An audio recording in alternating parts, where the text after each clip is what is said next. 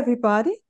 Today's guest on our platform is Gabriele Haslinger, Austrian ballerina, pedagogue, and ballet master.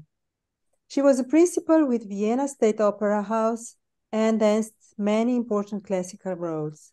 She frequently danced with Rudolfom Nurejevim and Anthonijem Dowellom. She later studied dance pedagogy on Academy for Dance in Monte Carlo. She still works as a pedagogue and is often a member of jury for ballet competitions. I warmly welcome you, Gabriele, and I pass the word to Tatiana now. Hello, Gabi. Nice meeting you. Hello, Tatiana. And also a great pleasure to talk to you, to see you again. And thank you for accepting this invitation to be our guest in this talk today that we have, and for your time, of course. You still have quite a busy schedule. Right. So, yeah, as always in your life, it was a busy life. It is still.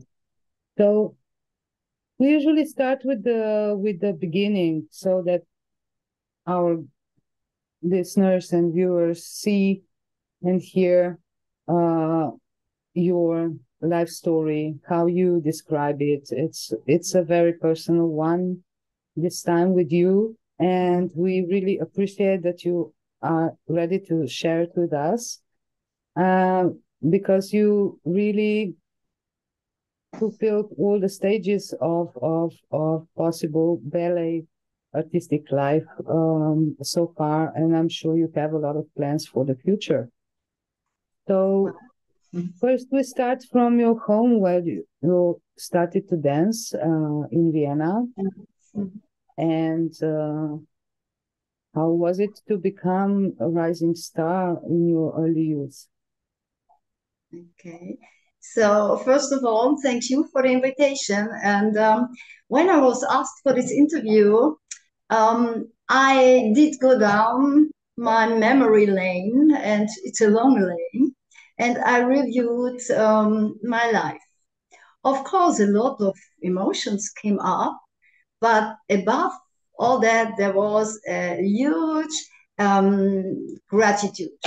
Gratitude to a life of many different facets, of ups and downs, but a gratefulness that I had the chance to work with most famous masters, choreographers in the ballet world. And that is something very special, and I know to appreciate that. Well, where did it all start? I was born in Vienna, and I come from a very normal background. My parents were very simple people, and they never ever dealt with ballet in their life. And that I landed at the opera, that was really by chance. Well, my parents, they had a very, very simple inn. And there was a jukebox, a ulica, how we call it. And whenever music was, as a little girl, I danced. And these were probably my very first appearances on stage. And I even earned a gage, because the guests, they went around with a hat and asked for money for my dancing. So anyway, one day there was written on a newspaper that the Ballet Academy of the State Opera was looking for pupils. And so my parents brought me there, and I was taken, and this was 1963, I think. Yes. And from this day on, I knew that is my way. And I already knew that if I want to be successful, I have to work hard. That's what I did. And so it happened, and you finished your education, and And then you entered the Vienna Ballet Ensemble. Yeah. The education was 9 years of education at the dance school. And then I came to the company for the ballet dancer. But pretty soon I got solo parts and everything. But the big thing was, I think 1978, we had a ballet festivals and I danced a lot, and Nureyev was there too. And that was the time when he saw me. I remember we worked with our ballet master on Don Quixote. And I had the little solo in the third act. And the ballet master already wanted to send us back home because the rehearsal was good and it was very late. And the moment we wanted to leave the studio, the door opened, and Nureyev, no, you can't say came in, he appeared, in his leather outfit and that leather cap. And oof. And the ballet master said, well, we do all from the beginning. So we did it again. And I did my job probably very good today. Well, and that was the moment he saw me the first time. So, and not long later, I was asked after class to go to the little ballet studio. And somebody said, there is a surprise for you, Gabi. Well, yeah, it was a surprise. I went in, and who was there? Nureyev, and he started to work with me. And these were real highlights in life. But my good thing was I didn't know about that, yeah. So I could not be nervous, and had a good sleep. Did you find out later in your life what was your best capacity? What was the thing that attracted him so much? So he noticed your appearance as well. Sorry, what he noticed on me, or what? Yes. What was the thing he was attracted to in the end? What was the capacity that you had? I think I was technically strong and very proper. And probably I showed that I love to dance.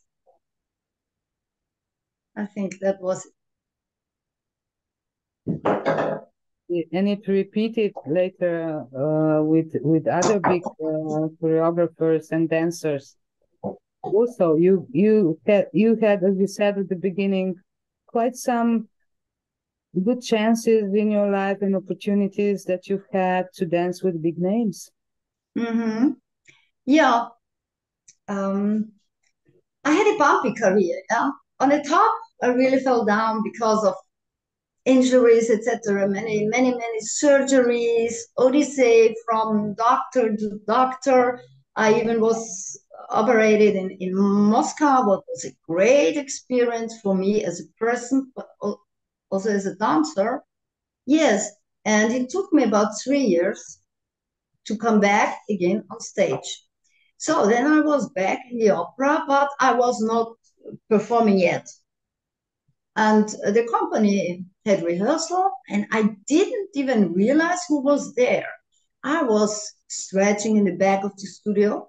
So, and the next day I was called to the director, Dr. Kona, and he said, Gabi, can you go to Hamburg?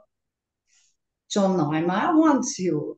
So the day before, when I was in the studio, John Neumeyer was there, and he saw me in the back, and yeah, he took me.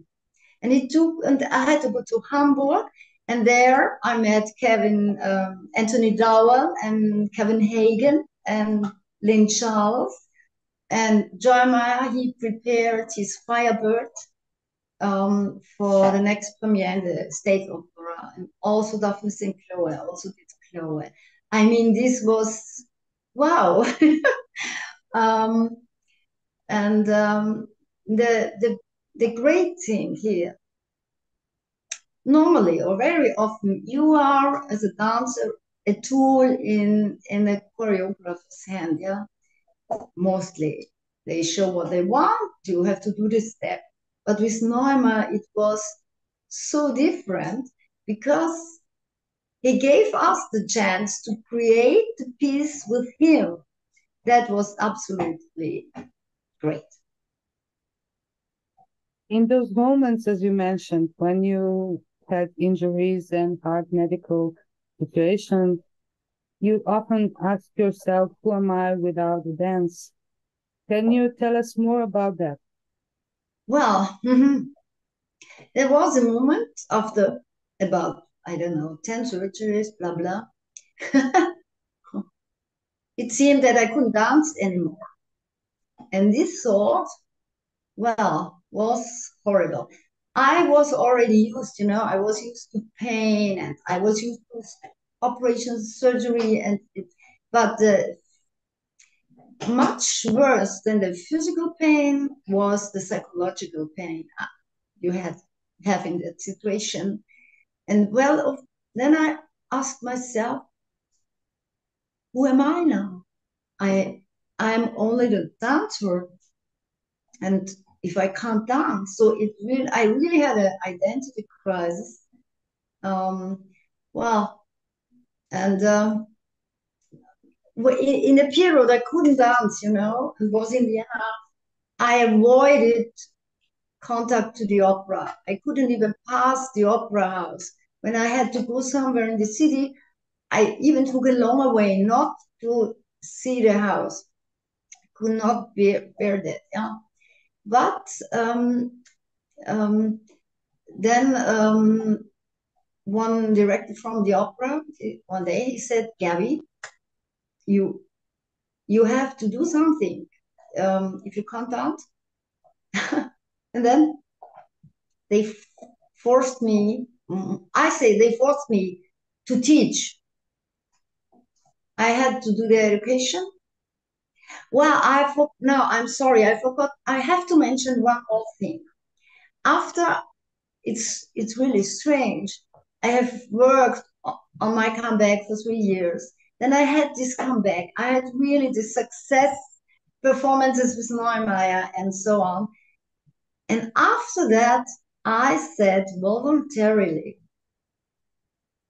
now it's time to stop. Yeah, because this was so special, the work with him, that I couldn't do other things, And but I had to teach. Okay, I was sent to Monte Carlo to get the education by Marika Besobrasova, what was great. But in the very moment, this very clever woman, she knew that I did not want to teach, but she taught me how to teach. And then I started in the opera. What was not easy, because on one side, I had stopped my career at that point voluntarily. Yeah, voluntarily. If you have 12 surgeries or more, it's not easy anymore to keep your level. It was really hard to keep my shape. So I started to teach, and I was jealous of the little babies who tried to dance, because I wanted to dance, but not possible anymore. So it took a long time. I mean, it took years that I started to enjoy to work with pupils and then with dancers. And yeah, it took a time that this job was fulfilling.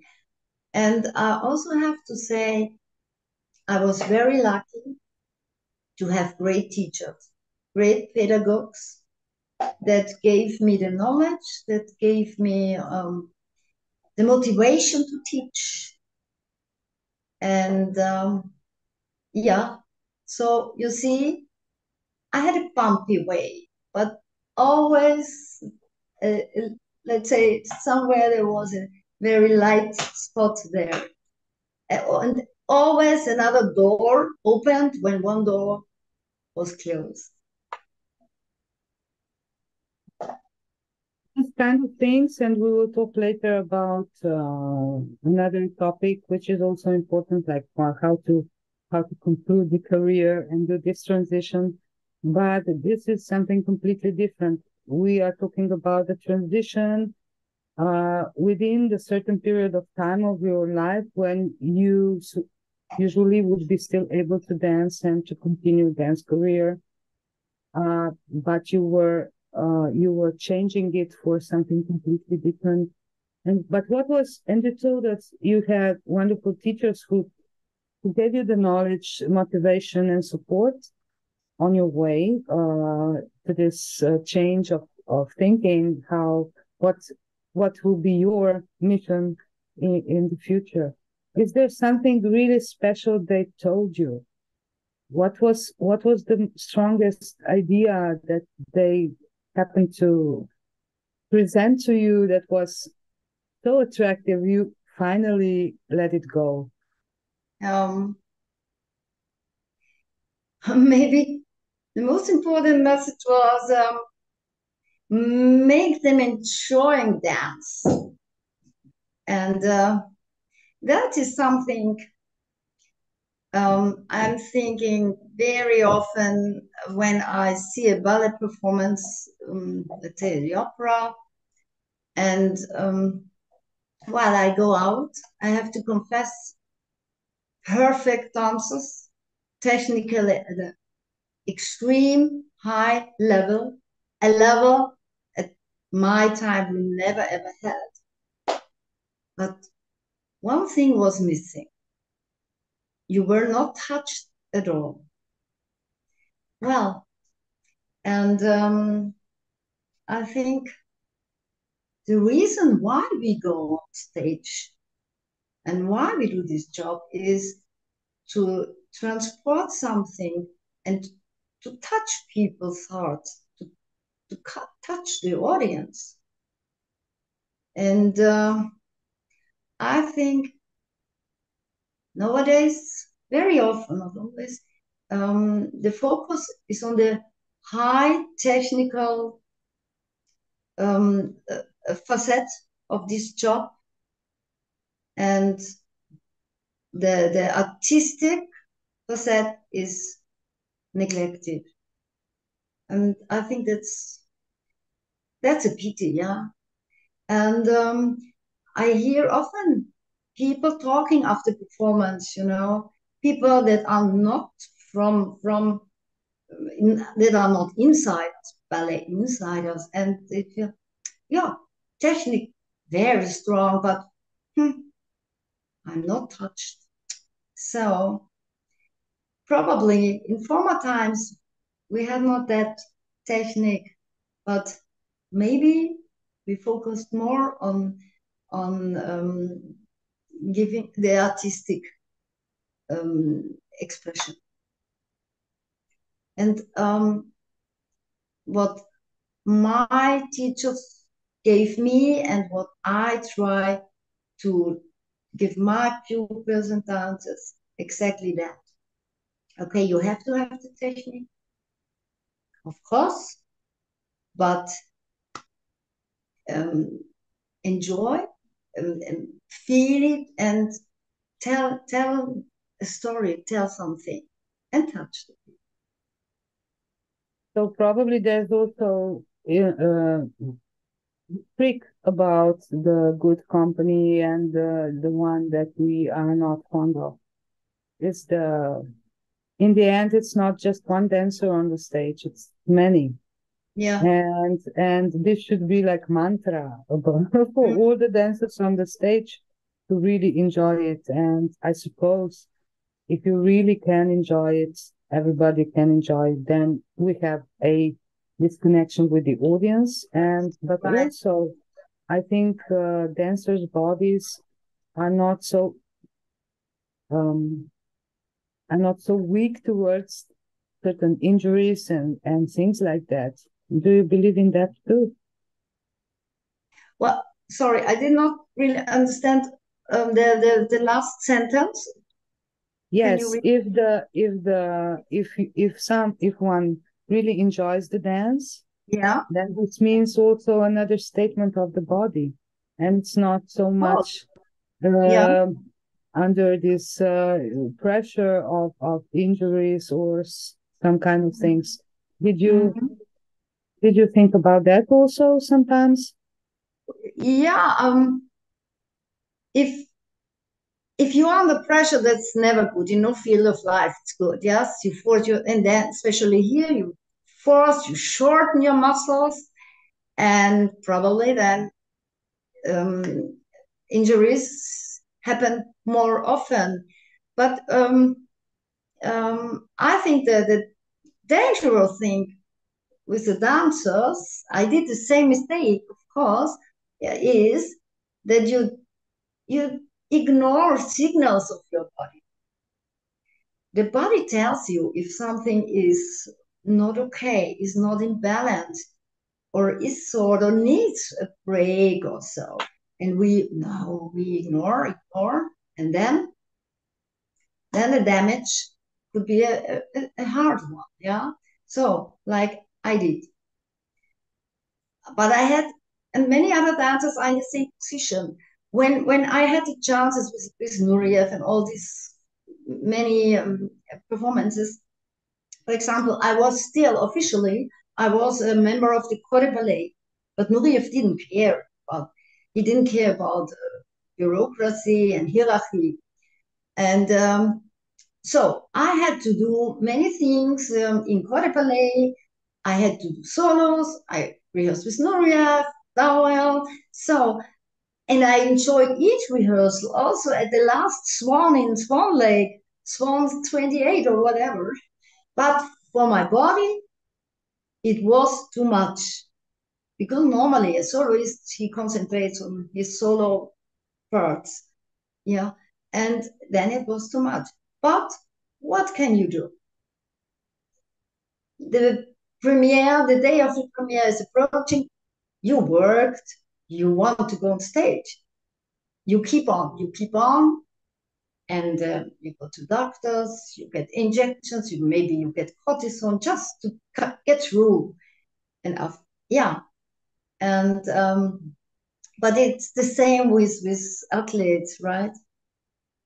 They don't stop before the Olympiades, but I'm in a good example for that. I have to confess, yeah. So I was always very aware when with my pupils when they complained about pain or something. I let them stop, and then you save up time by that to recover. Certainly, we cannot avoid some things in our lives, and this profession is really hard, the same as the sportsman and everybody who uses their body for their, it has to be fit, it has to be beautiful. But then let's go back. Then you had an education to teach, you started to teach, and you found out that life just goes on and it should go on, and you started to enjoy your next career. Is there some moments that you really remember that really made this decision and this state of mind now at that moment of becoming a teacher really strong? Was this the feedback from your students? Well,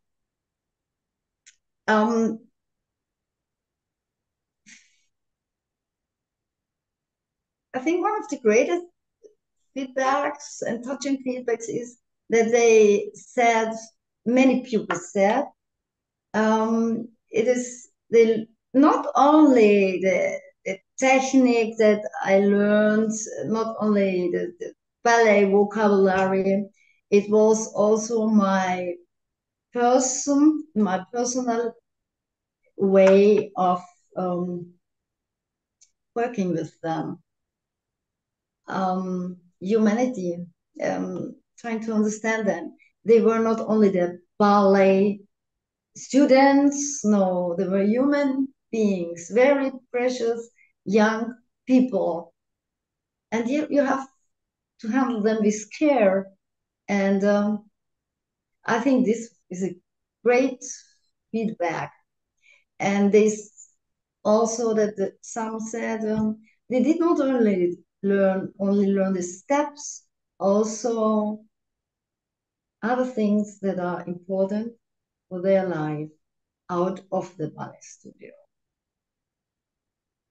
So to be an artist means also to be open towards the world and to be influenced as much as possible and inspired with things and to take care about things about the world and so on. So what are those things that make you complete? Like what are your interests in life besides the dancing? That you said you were taking it from the humanity side of life. What's that? What makes Gabi so special? I think that I'm not only narrow-minded in the ballet road in life. Yeah, I have a lot of friends that have nothing to do with ballet and theater, and I'm interested in many things. I go to the jazz club to listen, and I want to see many different performances, artists. Yeah, and I'm open for everything. And then I also try to live a normal life now. Yes, I walk with my dog, and I'm almost every day in the forest. That's like, yeah, that's good. It's like meditation almost, yeah. Nature. Ah, yeah, I think I get a lot from there, from that. Here I'm free, my head is getting free, as long as my dog is a good dog joining me. Yeah, and what is important for me are people from all different facets in life, out of ballet, theater world. So I mentioned already something that is a lot similar to changing the career in the middle of one career. As you had to do something else and you were still young, you were still able to dance, but you had to decide and you fulfilled the task perfectly.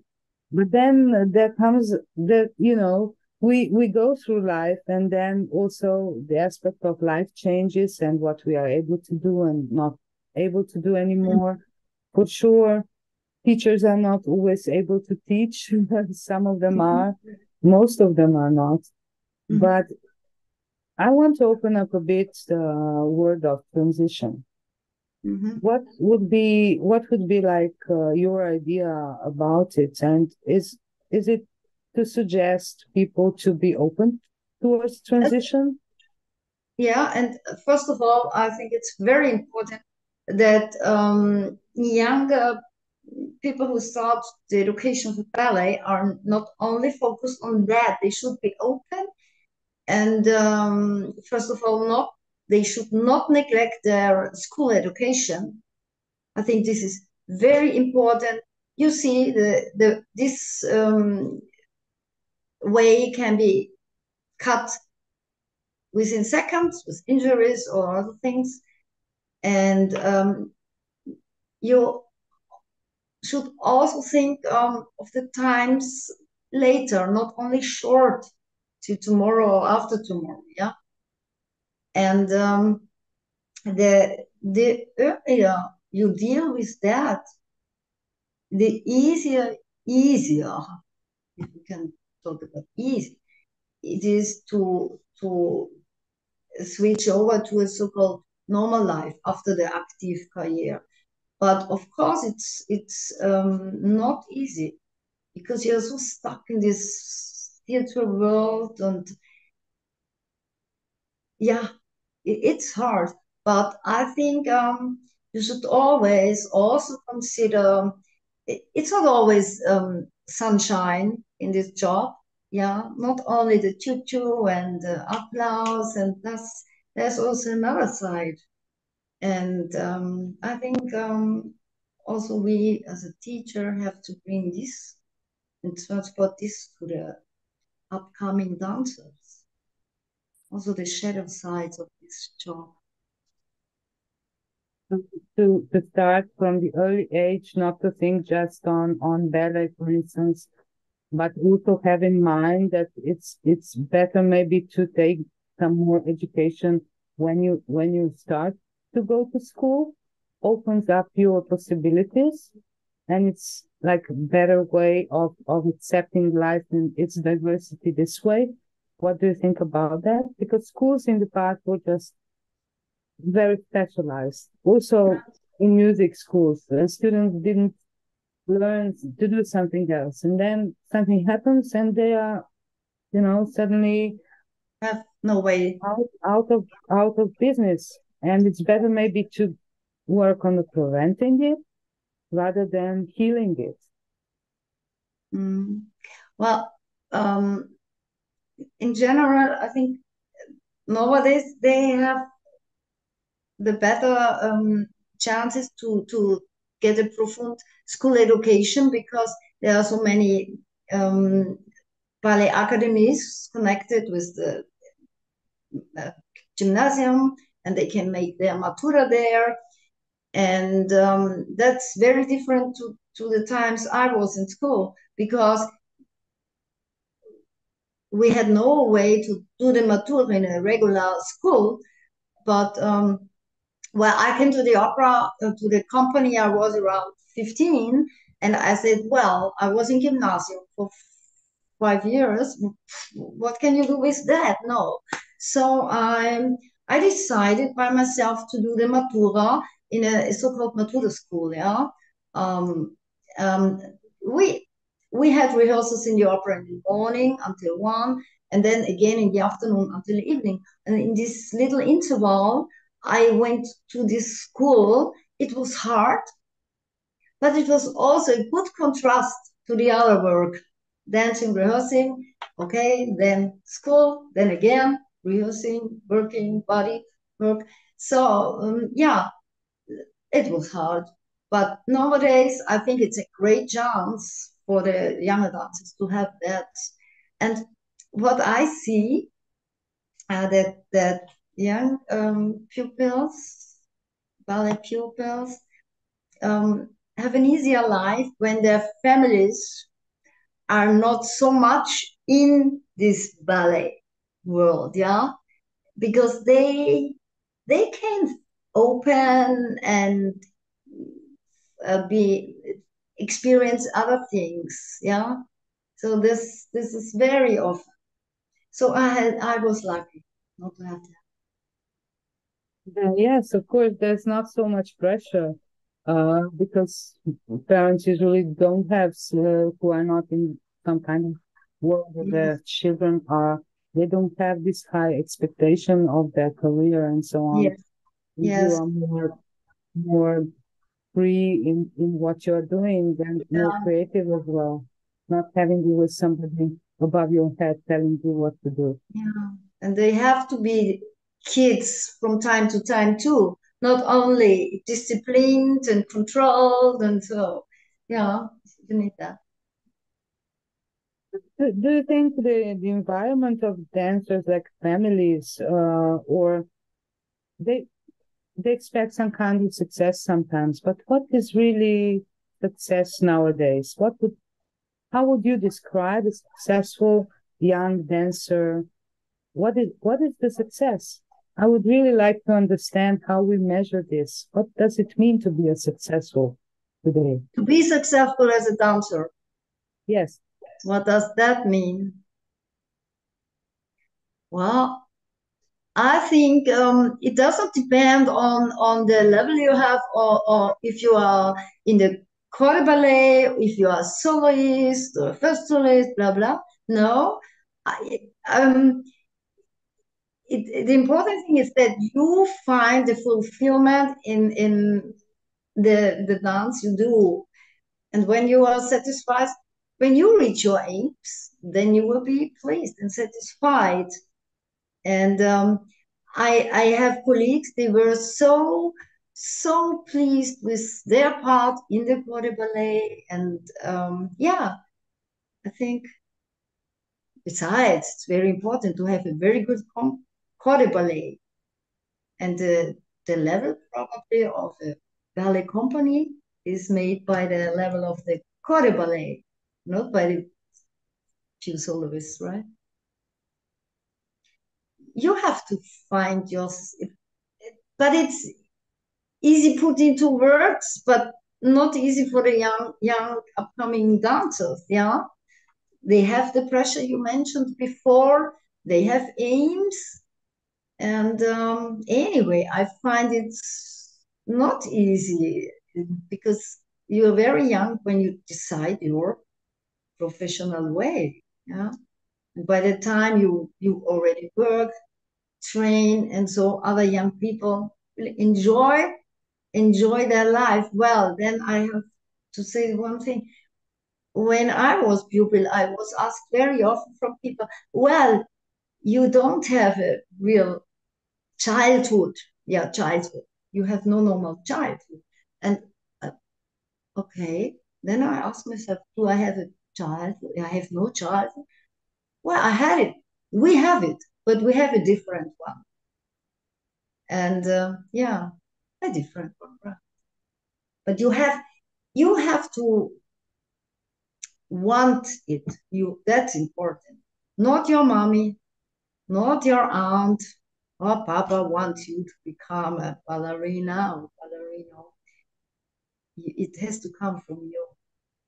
And if not, it's better you find another way for good life. I always wondered, as a person from outside of the rehearsing room, studios and so on, what's really the difference between the teacher in school and the ballet mistress, as you also work like that? What's the difference? How can we compare that, or say it's something completely different, or? I think mostly in the ballet classes itself are less pupils.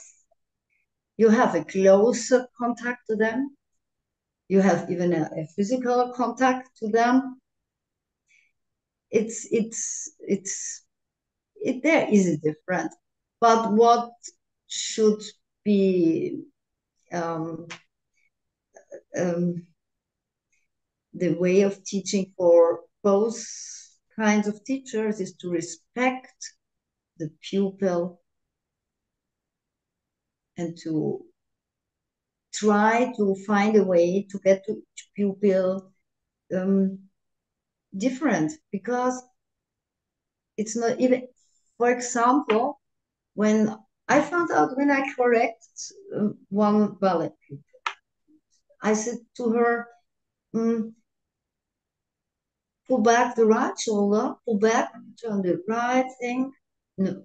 Okay, for the one, he takes that. For the other one, I have to give the same correction. I have to put it in other words to get an effect. That's very interesting. So you really have, I think we as ballet teachers, we have to get even closer to the pupils itself.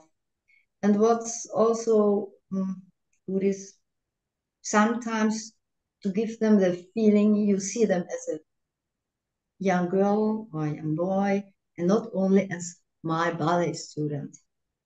I think this is also very important for them. It's very interesting to listen to you, and your experience is really huge. Yeah. And we people who go to theater usually don't know what is needed for a ballet dancer, what kind of support ballet dancers need. So one is when they start as a good teacher, then when they enter the company, then it's important the artistic director and ballet masters. And when they are injured, a good treatment. We sometimes discuss about the treatment, whether it is the same for the sports people, or is it different for ballet dancers? But you know maybe more about that. Can you give us some idea about that? Well, yeah, I had the experience. Well, at my time, it was a big problem there. When you were injured as a dancer, you really didn't know which doctor is really competent for you as a dancer. And I was sent to Moscow, yeah, to have one surgery there in Moscow, because they are specialized on dance. And when I came to this hospital, and I was already hospital experienced, I would say, I wanted to escape. I mean, the circumstances. I wanted to go home, and I said to myself, no more surgery there. But suddenly I saw a big tableau at the wall, and there were pictures, yeah. Vasiliev on stage. Next picture, Vasiliev after surgery. Plisetskaya on stage, Plisetskaya after surgery, and so on. And in this very moment, I knew, well, I'm in the right place here, and I gave these doctors all my trust. Of course, I got the surgery, and now I come to the point. The day after surgery, it was Achilles. They came to me and said, Gabi, you have to go and to do your training. And I said, what? I said, I had my surgery yesterday. So they brought me to a sort of a therapy room, like an gymnastic room. And I thought there are physiotherapists. And they made me go down to the floor, and suddenly they said, now you do a demi-plie on the floor. You do a tendu. And it was, I thought I can't understand the word anymore. They know our working vocabulary. All these therapists, yeah, they know how a dancer works. And that's the point. I think we need doctors that not only watch our performances, they should come sit in the ballet studio and really watch how we do use our body, our joints, yeah. And this was really fascinating there in Russia, yeah. And but so all those, and in this clinic there were dancers from all around Russia, yeah, Kirov, everywhere, also sports people and from Cyprus.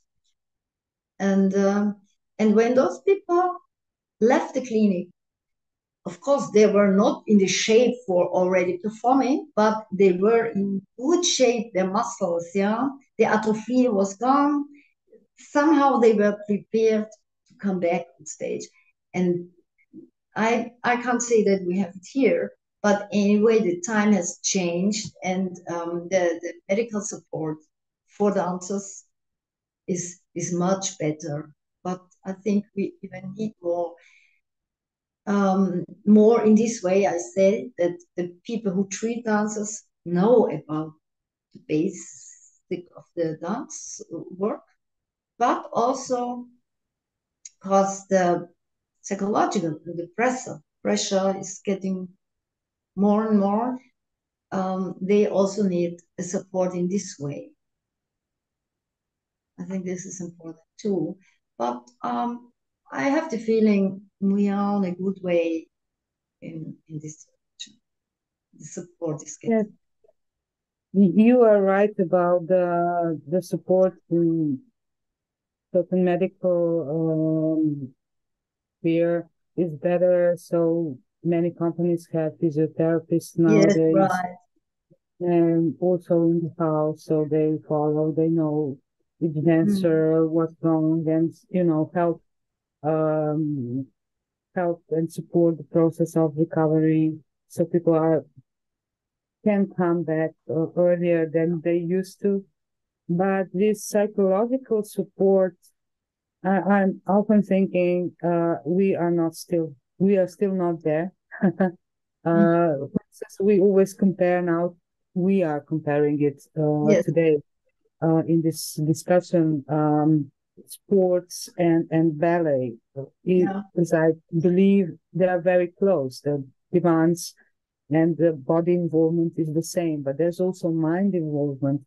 And you mentioned that. So I think, like, while we talk, I sense the importance of psychological support is mostly on teachers and ballet masters. But I think you've had in your life also choreographers who were great psychological support. Do you think that while you are in the school also, for instance, when people get the education in choreography or in teaching, that there is enough of this kind of issues they should be aware of, like psychology part or coaching part, this way to make people prepare to be ready mentally as well? Yes, I think there could be done more, because there are many ballet pedagogues. They are really great in the ballet way, but not have no idea how to cope with young people. And I think there has to come a change and another support, much more support. And this should be a part of the education, of the pedagogue education. Yeah. I think sometimes we also discuss about ethics in ballet work, about ethics, about different kinds of, when there's an affair, everybody hears about it, but then we say what was done in terms of preventing it, and this is also somehow connected with. absolutely, yeah. But I think the things are changing now, in a good way. But it takes time. It takes time, and also many education and teachers and professors, they cost. It's also a question of money, no? Also treatments and therapies and everything. It's money, question of money, like every field.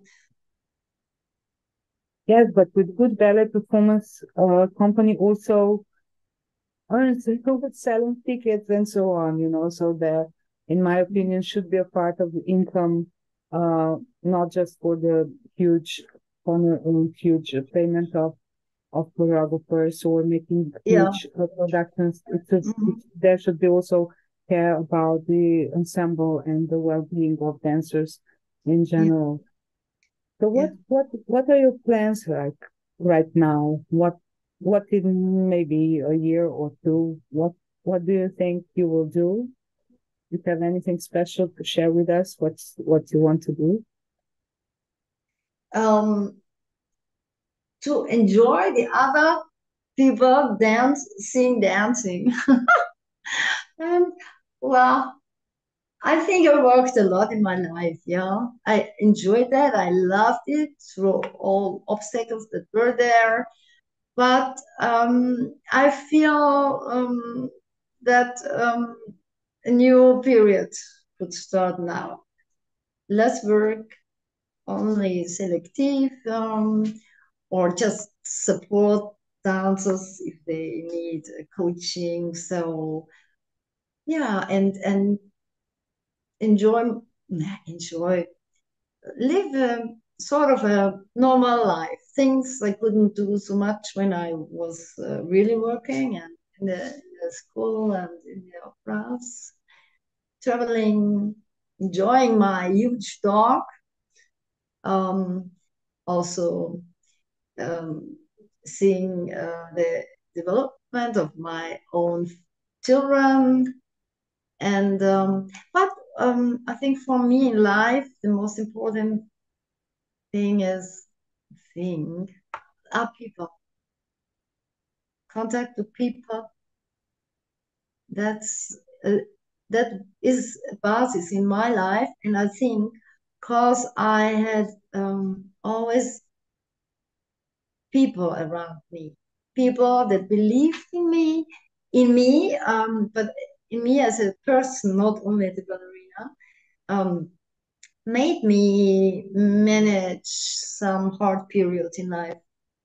So, and to have friends is also a question of time. And now I have time to focus more and more on this. Do you maybe have the time to write a book or to make something like this about your experience? Well, never ever thought about that because I think maybe that's so. I don't know if, but it's a good impulse now. Because yeah, when I mentioned in the beginning, when you asked me for this interview and I did this review, I said, wow, a lot of things that happened there in my life. And yeah, there are some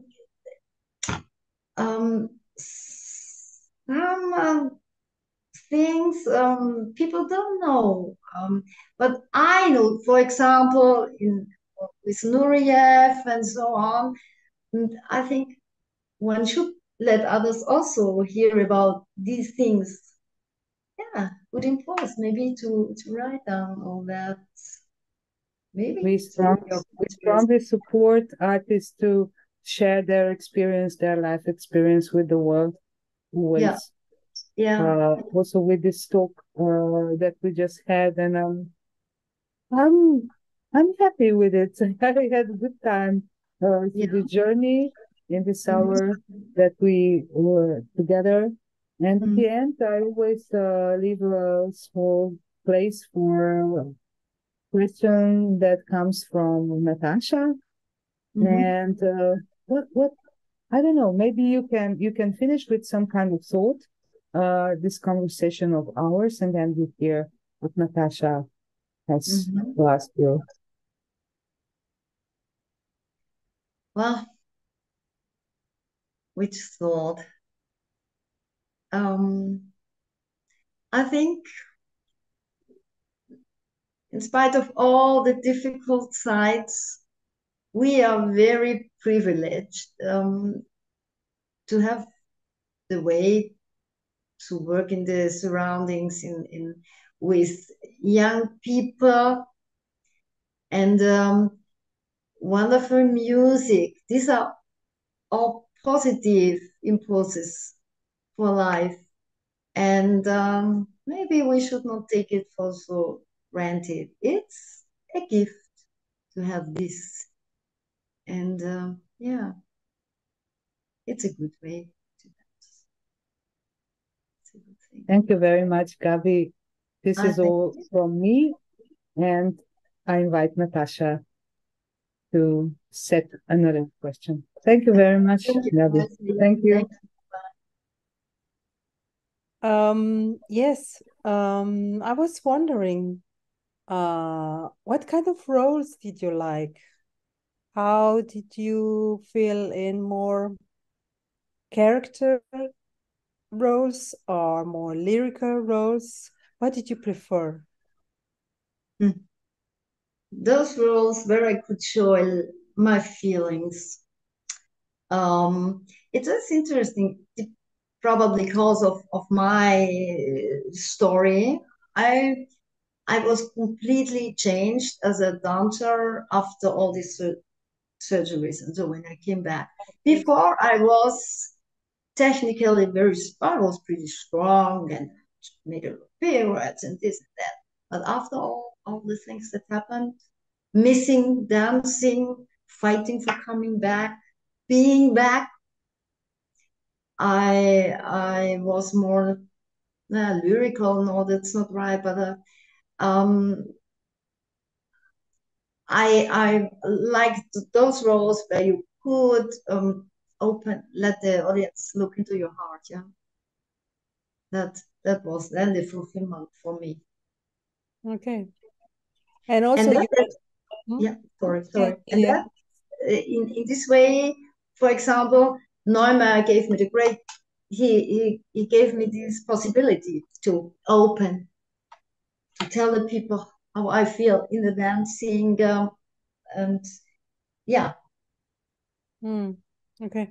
Yeah, you mentioned Nureyev. I wanted to ask a question about him, of course, because we never had a chance till now to talk to anyone who was in touch with him. So I'm gonna take this chance. Now, how was it to dance with him? How was he as a partner? I only had good experience. It was easy. It was uncomplicated, you know. And I tell you why. I think when he saw that you tried your best as a partner, at least you tried and you gave everything, he was really almost coaching you. Yeah, no problems. But he could be very unfriendly and totally different when he saw that the ballerina who should dance with him did not do that, did not give her best, try to give her best. Because he demanded the maximum from himself, yeah, he gave everything. So I think that was his right to expect this also from other people. And I mean, I had only good experience with him, yeah. But I also saw other situations where he lost his temperature, where he screamed, where he destroyed his costume and threw a chair on stage in Don Quixote. Yeah, really, he freaked out. He freaked out. But on the other side, he was always under control, yeah, by everybody. He could not go 1 meter without people came. I think he has the right to freak out. He had the right to freak out from time to time. But if you were working, trying your best, it was good life with him and good dance, and he supported that. Yeah, Okay. that's the way I experienced it and I see it. Okay. Okay. Thank you very much to both of you. We say goodbye now. Thank you. Thank you. And yes, we had a nice talk, interesting things. So thank you. Yeah, we heard. So yeah, bye-bye. Bye-bye. Thank you. Bye-bye. All the best. Thank you very much, Gabi. Bye. Thank you. All the best. We keep in touch. Bye-bye.